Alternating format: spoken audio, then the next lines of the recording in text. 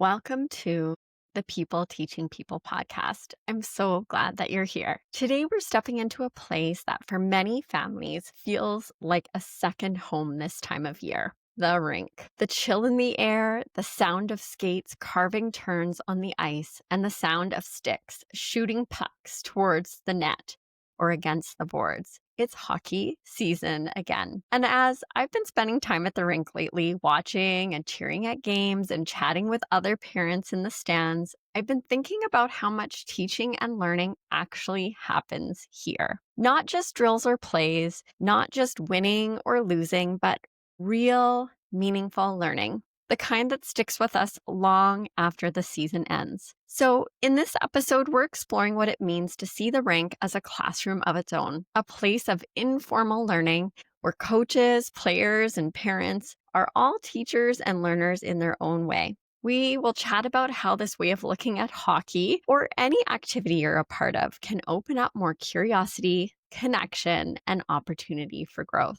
Let's start by talking about what we mean when we say formal and informal learning. Formal learning is the kind most of us are familiar with. It's structured. It usually happens in a classroom or through a course. There's a teacher, a syllabus, an assessment. It's often certified in some way. Informal learning, on the other hand, is everything that happens outside those structures. It's the kind of learning that unfolds more naturally through experiences, observation, reflection, and conversation. There's no exam at the end, no certificate, but often it's the learning that shapes us most deeply. When I look around the rink, I see informal learning happening everywhere. Players learning resilience when they fall and get back up.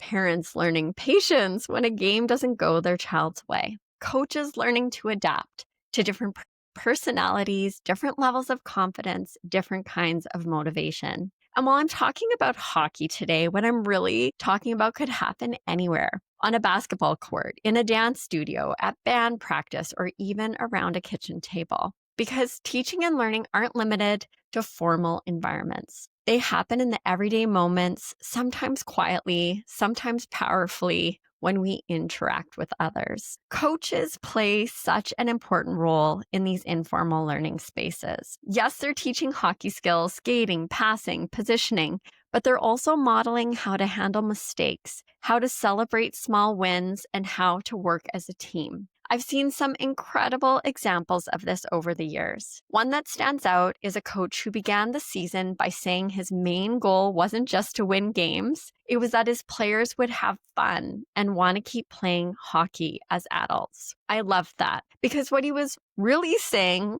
was, I care about your relationship with this game, not just your performance in it. That for me is heart-centered teaching. Another moment that really stayed with me was at the end of a season when a coach wrote each player a personalized note reflecting on their growth and development. He took the time to see each player, their effort, their progress, their spirit. Those notes weren't just words. They were lessons in belonging, encouragement, and being seen. That's the kind of teaching that can last a lifetime. But as many parents know, not all experiences are like that.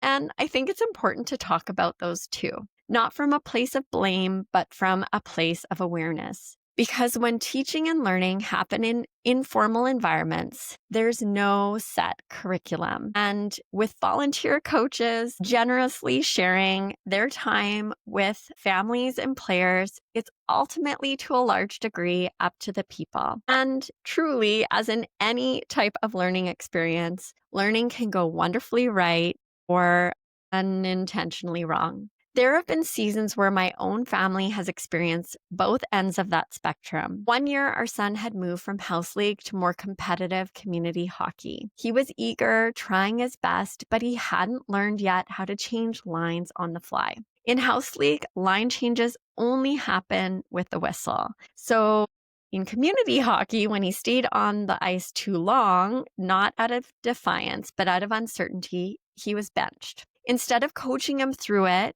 the coach just told him he'd done something wrong. Another time at an end-of-season hockey party, a coach called each player up one at a time to recognize them and highlight their contributions to the team. It was meant to be, I thought, thoughtful and encouraging and a moment for every player to feel seen. But when it came to our son, the coach said in front of all the parents and players that he'd coached our son for 2 years, but that our kiddo hadn't really done much until recently. I still remember how that felt for him and for us. And at that moment, the lesson he learned wasn't about hockey. It was about how words, especially from someone in a position of trust, can land hard. They shape confidence, self-perception, and sometimes the way a young person engages with the game or with themselves. These moments remind me that in informal learning spaces, we are always teaching something, whether we mean to or not. Sometimes it's a lesson about effort or teamwork. Sometimes it's a lesson about confidence, belonging, or how to handle mistakes. So maybe take a moment to think about that in whatever spaces you're a part of. If you coach, teach, or mentor in any way, what lessons might you be teaching without even realizing it? And if you're the one learning, what are you picking up from the people around you, from the tone of a conversation or the way feedback is given? Learning is happening all the time. It's just that we don't always notice it.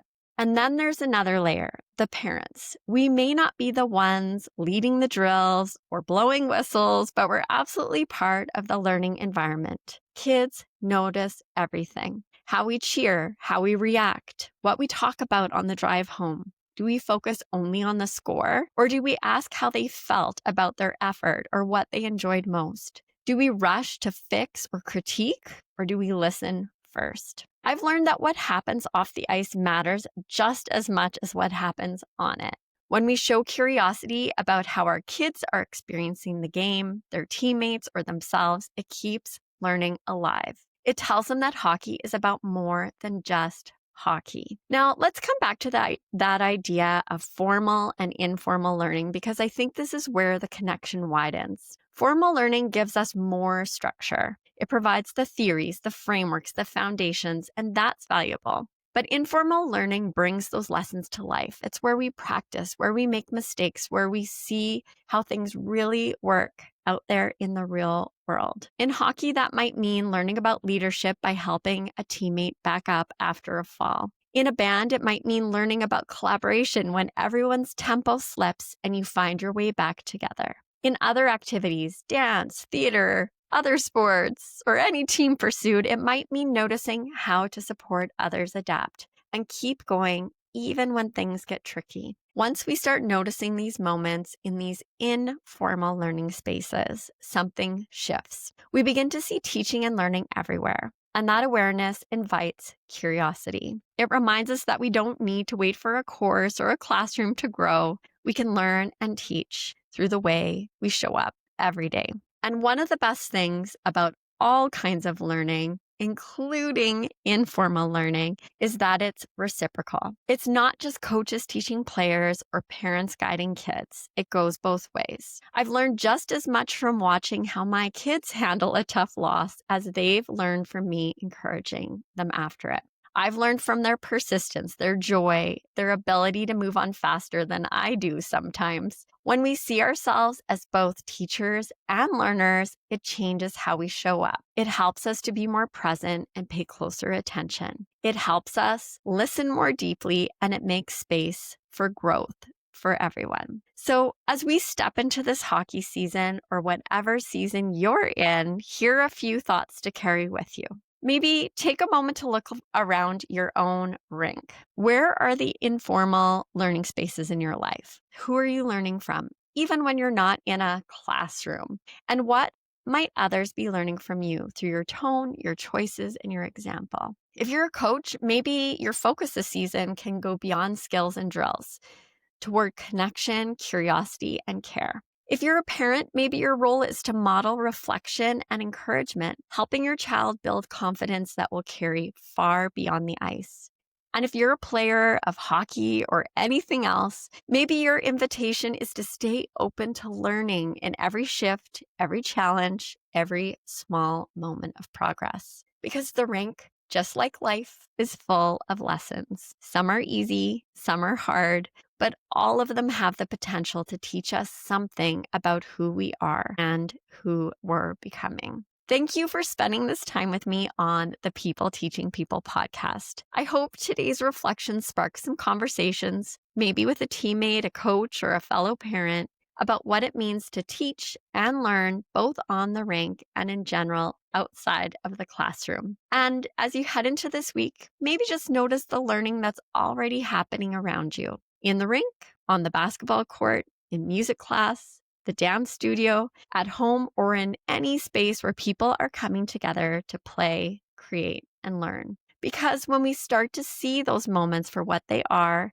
we realize we're all part of a much bigger story of teaching and learning, one that's unfolding every day. Thank you for joining me today on the People Teaching People podcast. If this episode resonated with you, I'd love to hear your thoughts. Feel free to send me an email or reach out to me on social media. And if you think someone else could benefit from this episode, please share it with them. Thank you for listening. Let's keep learning both inside and outside of the classroom and on and off the rink together.